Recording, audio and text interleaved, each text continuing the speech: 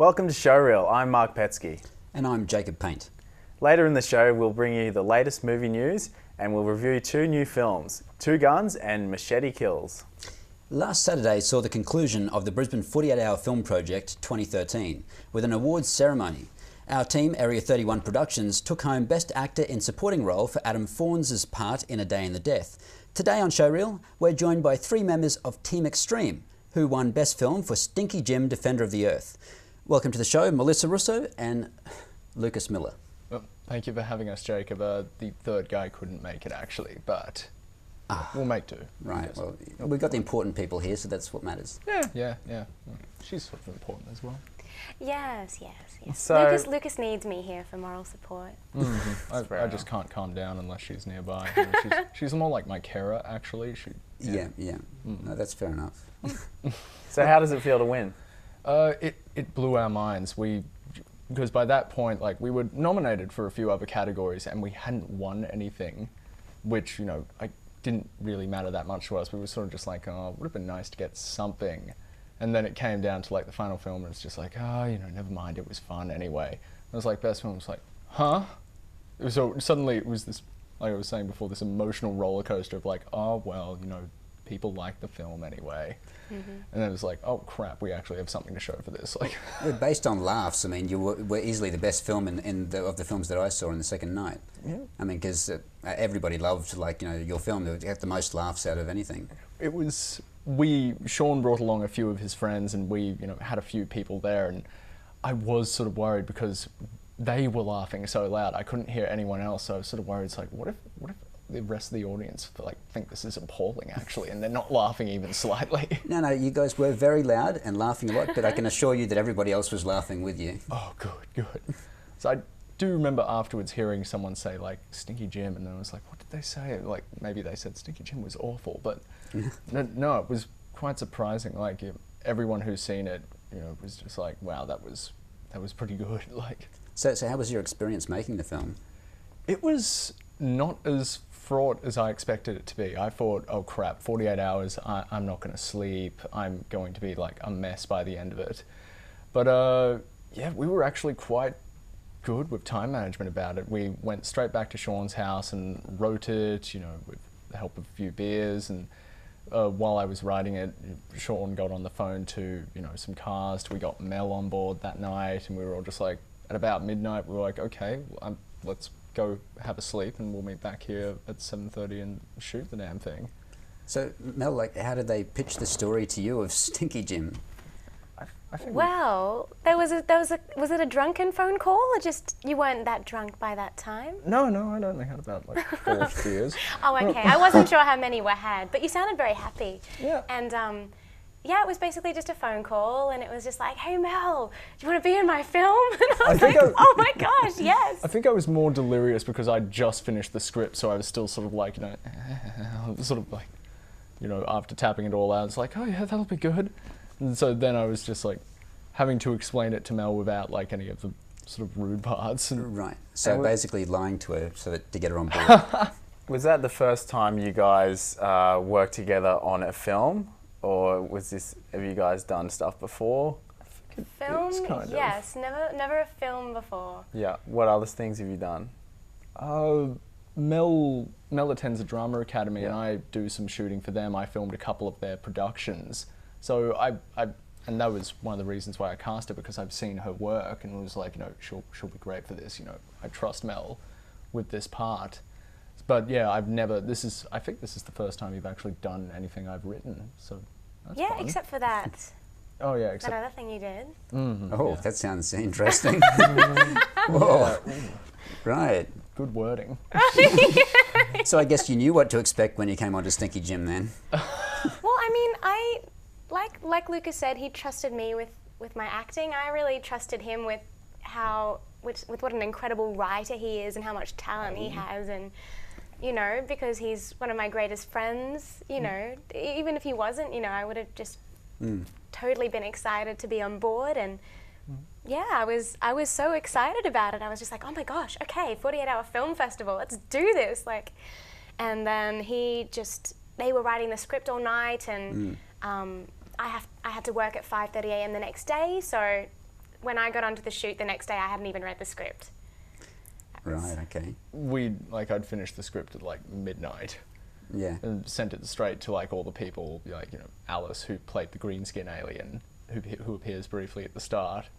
And yeah, so Mel sort of got on to set the next day, like, having not really seen the script at all, and then just kind of, you handled it very well. You sort of stumbled into the middle. Like, I think I had black face makeup and we were shooting the last bits of a fight scene, and everyone probably looked a little bit weary. But no, you were just like, oh, hello, everyone. Did you write the character specifically for, like, when you were writing it, did you have Mel in mind? Like, pretty much like that you were going to cast her in that, or had you already cast her while you're still doing the writing and you kind of molded the character to fit what you'd think, would fit with her, or? Well, they'd given us the criteria, so, bodyguard named Zach or Zoe Mendoza. So I did leave it open a little bit, but as we were writing, and I did think, it would be good for Stinky Jim to be accompanied by like a sensible female character, which feels a little right, but like, I don't know, it just kind of worked to have, a strong, altogether character who was kind of the polar opposite of Jim, who's this, disgusting mess of a person. Bit more of a straight down the line character. Mm-hmm. Yeah. I think one of the most important things, I guess, with a 48-hour film is having people that you can work with. Exactly. And I mean, even if they're not very good actors, I don't mean you, I'm just saying in general, the people that you can work with. Thanks, I mean, Jacob. I'm thinking of my film with Adam Fawns, who's atrocious, but... No, he was great, I loved him. Yes, Adam, who won Best Actor. Yeah, okay, I'm just trying to, he got the Best Supporting Actor award, so I'm trying to put him down a little bit just to, so his head doesn't get too keep big. him in his place. You got to watch out, and he's going to be the guest probably next week, so... Oh, excellent. So people will see what I am talking about. No, but it was very good because I knew Mel could do the part, and because the part required a bit of a straight person, Mel has quite a good range. Like, I've seen you play really demented, insane characters, but I've also seen you play, quite, well-maintained, characters who can react to all of this insanity that was happening in Stinky Jim. And so I thought you were very good for that part. So as soon as we had the part, I was like, Mel would really be good for this. And also she presents well on camera. Yeah, well... Aw, isn't he gorgeous? Oh. Nice. So do you guys have any more nice things you want to say about each other? No. We can just go away and, No, I think that's it. I don't have anything I else could go nice on to say. for a long time, but I couldn't. Lucas already knows. Oh. Well, we have to take a break, but we'll be back soon with our entertainment news and Team Extreme. Stay tuned for more Showreel.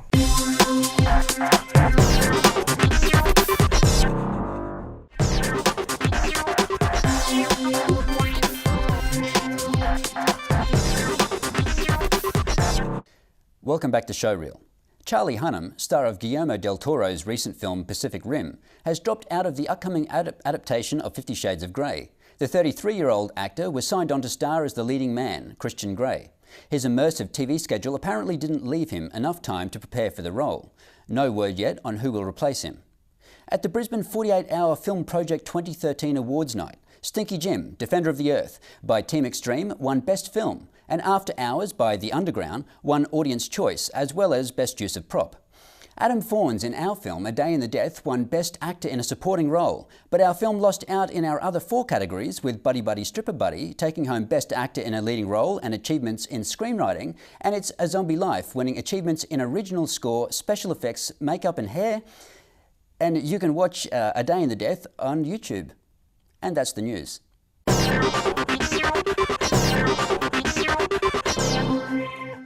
We're still here with Melissa Russo and Lucas Miller, winners of this year's Brisbane 48-Hour Film Project. Now, Lucas, Sean isn't obviously here today. How did you guys come up with the idea to work on this project together? How did you meet? Well, actually, the 48-Hour Film Project, Matt and David, the organisers, had a meet and greet. They were like, if you're interested in doing the competition, if you don't have a team yet, or, they were going to have actors there as well. So it was like, come, meet some people, talk about what you want to do. And I just bumped into Sean out on the way to the Smokers Lounge, and we just started having a chat. And he found out about some of the works that I'd done previously and was just like, man, I really like your writing style. Can we do something? And then there were a couple of other people who, sadly couldn't join us in the end. But it was a really good night, and I was really surprised that from just meeting Sean there, like to working with him, like just all came together really well. Like we just bounced off each other and clicked perfectly.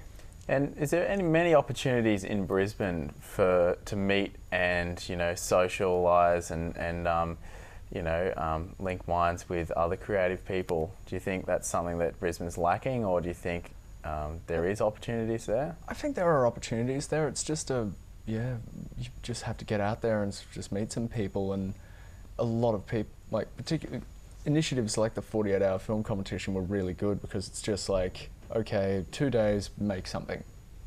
And you just get together a group of like-minded people and you just get to make something, and that's kind of like, I believe, one of the key things to getting into film and just, refining your craft is just bloody make something. It doesn't have to be perfect. It can be hard narrowing down, getting everyone in the same place at the same time sometimes to make a film. So that's what 48 is good for, largely, yeah. Yeah, it's just a bunch of people putting up their hands and saying, like, yeah, I'll give up 2 days and let's make something, and if it's good, awesome. Like, so have you got anything planned for the future?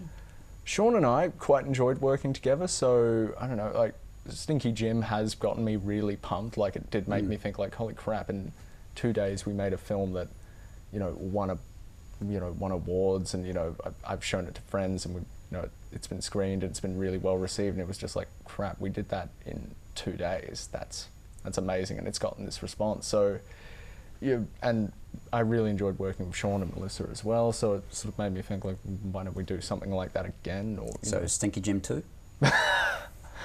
Possibly. I don't know, whenever I write something, I do immediately think, like, oh, that was good and self-contained. What would happen in another situation? And so, I don't know, like, I think Stinky Jim could work as a series. Maybe a romance blossoming between Stinky Jim and Zoe Mendoza? I don't know, I always imagine that in the end Stinky Jim would go off and marry some sort of, like, alien queen or something like that. Yeah. Would you, Mel, would you want to work with Sean again? Like, how did you find the experience? No? No, of course Horrible? I would. Okay. That's uncomfortable. Sean was so... I just remember meeting him for the first time, just these big eyes, and gave me a big hug. He tried to give me a hug, but there was like dried Vegemite and dirt and whatever else was stuck to his coat for that hobo effect. I did. But So he was in costume when you met him, I'm assuming. Yes, so like that's just not him. Unshaven. I had no idea what he really Did you looked know like. he was in costume when you met him? No. No, I didn't. Yeah, it was So the just like, it was the hey, first time they'd here's met. the guy you're going to be starring with. Was there anyone else involved in the film that you think you should give a bit of a shout out to, or was it just the three of you guys that put it all together? Well, Sean's sister Eloise was with us from the start, like, from the kick-off, and she came the next day, and she was incredible. She just organised everything when we had people arriving, because we had, some of Sean's friends and other people coming along to play the alien thugs, the people wearing the garbage bags. So she was great for organising that, while Sean and I were lost in our little bubble, because Sean was simultaneously acting in it and producing it and trying to remember lines. I was directing, shooting, and recording sound. So I think it would have fallen apart without Eloise. Alice de Groot, who played the green skin alien, who you might have seen in the previous scene, like, she was incredible. She really wanted to be in it in some capacity, and I was just like, I knew that she was really into body paint, and she did that incredible alien paint in about 10 minutes by herself. And so, yeah, she just came up, in between sort of other things, and just gave up, that afternoon. And yeah, like, a lot of people, and everyone who helped was really sort of like fascinated and really enjoyed being a part of it. So that was quite cool. Like, no one was like dragged along grudgingly. Everyone was like, this is awesome. So is there anything different that you think you'll do? Like, because you've already got automatic qualification to be in next year's festival. Yeah. So what would you do differently next year? I'm really not quite sure. I think in some weird way, like, I was expecting there to be a lot more calamity. I was expecting stuff to go completely wrong. Like, I don't know, we were filming in a park. I was expecting, you know, cops to show up and tell us to go away. I was expecting people to have fights, or like us to just be really tired and just over it by the end. But it just went, we just had, you know, a perfect sort of small crew, a couple of locations. And yeah, the fact that we even got to sleep and like have proper meals just really surprised me. It was just like, you know, what, I get to sleep now? Okay, why not? Yeah, well, I mean, obviously Stinky Jim isn't, or our film isn't quite like as polished as some of those other films with all of their like fancy sort of camera shots and everything, but it's the entertainment factor which really makes it in the end. And Stinky Jim, you know, had that in bucket loads. It was amazing. Like, as we were discussing earlier, there's a scene that I just sort of wrote and didn't really think about at the time, and people really laughed at this one line, and I just didn't anticipate that at all. And so that was just incredible. It's like, oh, that's sort of a happy little accident. But yeah, people were laughing consistently throughout the film, so that always gave me a bit of a rush. Well, we have to say goodbye to our guests today, but thanks for coming in, guys, and we look forward to seeing more of your work in the future. Thank you. Thanks for having us. Thanks, guys. Well, we'll be back soon with reviews of Two Guns and Machete Kills. Don't go away.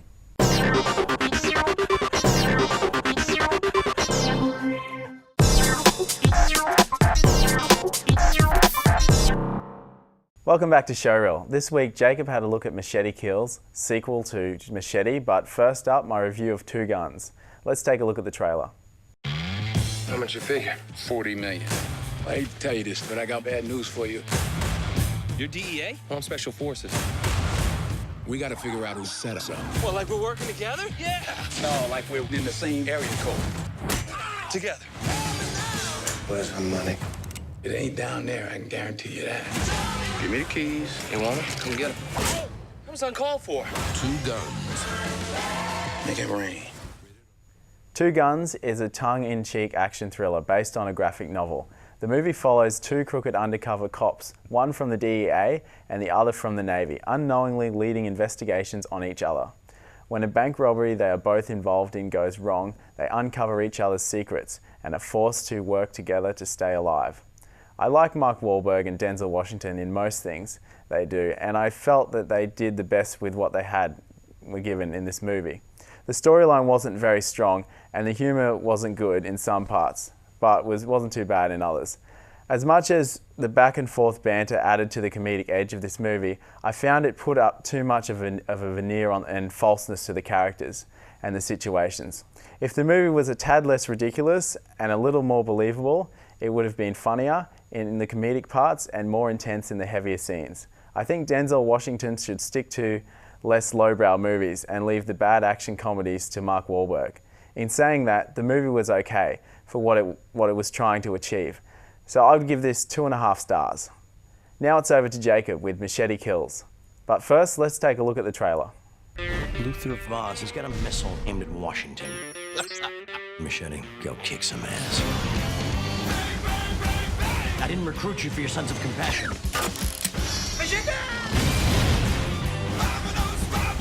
You can't beat my army of super soldiers. Fuck her up, lover boy! Clear. Machete kills. That's what he does. Machete Kills.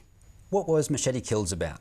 Who cares, really? It was something about some evil dudes wanting to destroy the world. It had lots of crazy, over-the-top violence and hackneyed action sequences. The characters were either two-dimensional or too convoluted. The plot contrivances were not so much something to be spotted as they were a defining feature and something the filmmaker has revelled in. Sound terrible? It was. And thankfully, it was every bit as terrible as I had hoped, and maybe even more so. Have you ever watched a movie that was so bad it was good? And then there was also movies that are so bad they're just painful to watch. To make a bad movie accidentally is one thing, but to make a bad movie that is so bad it is good, deliberately, it would seem is a Robert Rodriguez thing. Robert Rodriguez has crammed this splendid little F-grade movie with many of his favourite actors, props and cinematic atrocities. It stars Danny Trejo, who is one of the most recognisable faces from Rodriguez's films. Joining Trejo are some big names like Carlos Estevez, aka Charlie Sheen, and Mel Gibson, both clearly having fun in their respective roles. Like all Rodriguez films, some of the toughest characters are the women, and they are probably the most interesting characters as well. Michelle Rodriguez, Amanda Heard, and Modern Family's Sofia Vergara all contribute to the absurd level of blood-spattering violence. If that's not enough, there are many more well-known faces and interesting casting choices in there. Some very much playing on their image, and some so brief you can literally blink and you'll miss them. How do you review a movie like Machete Kills? Do you give it marks for being bad, or do you give it marks for how good at being bad it is? Or do you just give it marks for being totally awesome? If you watched the original Machete and you loved it, then this will definitely not disappoint. If, however, you hated Machete, then stay well away from Machete Kills, if only to let people like me enjoy our not-so-guilty pleasures in little, preposterously gory rotorblade cut pieces. 4.5 stars. Machete Kills is in cinemas on October 24th. Wow, so that was, sounds like a very intense movie. Well, intense. Have you seen Machete? No, I haven't seen the first one either. Yeah, I don't think intense is the word for it. I mean, it's absurd, over-the-top violence. I mean, it's those exploitation B-grade movies that Tarantino and Rodriguez love. How would you compare it to a Tarantino movie? Because that's something that some of his movies I quite enjoy, others I feel sort of miss the mark a little bit. How would you compare it to a Tarantino film? Well, did you see Death Proof? You didn't see Death Proof? No. Is that another? That's a Tarantino film. Oh, okay, yeah. But that was made as a double feature with Planet Terror, which was a Rodriguez film. Yeah. They made them together, and they made it in the style of old B-grade films. Yeah. And what about like in terms of like some of the more popular movies like Pulp Fiction, Kill Bill, Django? Oh, it's very different to all of those. I mean, if you've seen From Dusk Till Dawn, which is more of a Rodriguez film but stars Tarantino. Yeah. Have you seen that one? No. Well, the second half of that movie, which many people don't like, is more along the lines of Machete. Okay. But still got no idea what that movie's about. Basically, like your film, it does what it says it's going to do, but it does it very well. So your movie, I guess, was okay in what it was trying to do. Yeah, I think it was kind of like trying to revive the Lethal Weapon franchise, the cop sort of, and it I guess brought a lot of similarities. But I think the other downfall, I don't know, if you like Mark Wahlberg and you like his comedic movies, he kind of just has one kind of angle with his comedy, which is still funny, but it's kind of more of the same Mark Wahlberg's comedy hour. Well, the last thing I saw him in was Pain and Gain, and that was terrible. Yeah, no, I didn't manage to get along to that one, but good for you. And I think, I don't know, Denzel Washington, he's just like, I've loved him in some of his other stuff. Like, I mean, even I've watched Unstoppable, the one about the runaway train. Even him in that was quite like good, even though the movie wasn't that great. I was surprised of how much better that movie was. But I don't know, is he short of cash or something, or is he just trying to make some bucks? Like, well, he's definitely he's a good actor, but he's not someone that I would see his name on a film and think, oh, I've got to go and see that. Yeah. Well, 20 years ago, I think you probably would. Yeah, I guess so. I think he's I don't know, cheapened himself, or something's shifted. Whether he's just not getting offered the roles anymore, or whether he's trying to diversify and he wants to do more comedic roles, or. Well, he got the Oscar for Training Day years ago, and then where's he gone from there? Yeah, that's it. I guess he's sort of peaked there. I guess he did Flight, but which I don't know. I didn't really. I felt like that was a bit overrated than what was actually got out of the movie. Yeah. I can't say Two Guns really appealed to me, like from the trailer and everything. But, it was a little bit disappointing, but it's hard to be disappointed when your expectations weren't that high to start with. So it was entertaining enough, and it had a lot of over-the-top violence and action, which is always entertaining if you're that way inclined. Well, that's all we have time for today. Thank you to Marc Petzke for being a great co-host over the past 4 weeks. Thank you, Jacob. I have been a great co-host. Next week I will be joined by Claire Abbott's in the co-presenting seat. Ooh, 3 hosts next week. That'll be fun. No, just Claire and I, Marc. Oh, you're having a meeting beforehand? No, Marc. You're out. that I was. I'm sorry I was to a have good to. host. Make sure to check us out on the Showreel podcast and our Facebook, Twitter, and YouTube pages. Tune in next week for more Showreel. See you then.